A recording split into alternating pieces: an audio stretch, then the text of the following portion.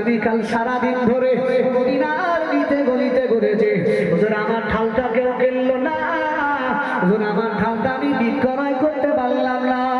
তবে আমার এই মাজলিসে বললেন, যে মাজলিসে ভরা মাজলিস, সাহাবীরা সবাই বসে রয়েছেন, নবী আমার ওই মাজলিসে বললেন, তোমাদের ভিতরে কে আছো আমার সাহাবী আলীর ঢালটা 480 দিরহাম বিনিময়ে কিনে নেবে?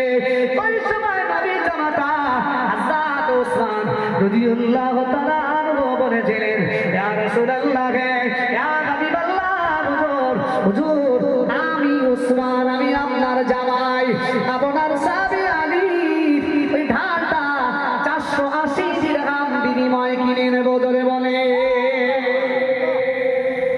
হুজুর এই ঢালটা আমি কিনলাম, সাথে সাথে ঢালটা হযরত ওসমানকে দিয়ে দিলেন। ওসমান রাদিয়াল্লাহু আনহু নিয়ে নিলেন আর 480 দিরহামটা আলীর হাতে দিয়ে দিলেন।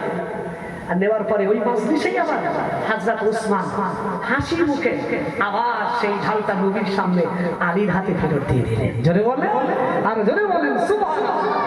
বললেন, ভাই আলী, আমি ঢালটা কিনেছি, টাকাটা তোমায় দিয়েছি বটে, তবে এই ঢালটা থাকলে তোমার অনেক প্রয়োজন আসবে, যুদ্ধে অনেক প্রয়োজন হবে, এই ঢালটা আমি রাখলাম না, এই ঢালটা আমার তোমাকে ভাই হিসেবে তোমাকে গিফট করলাম। জোরে বলেন, আর জোরে বলেন সুবহানাল্লাহ।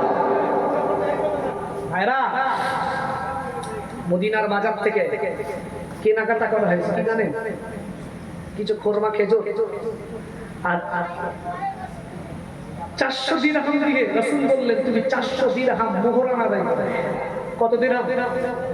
400 দিরহাম মোহরানা আদায় করবে, আর 80 দিরহাম থাকবে তুমি বিয়ে খরচ করবে। তাহলে তার সম্পদ বললি 480 দিরহাম, তাই তো 400 দিরহাম দিয়ে বিয়ে করা লাগছে।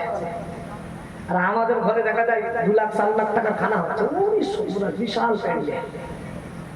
তো নারে তাকবীর, নারে তাকবীর।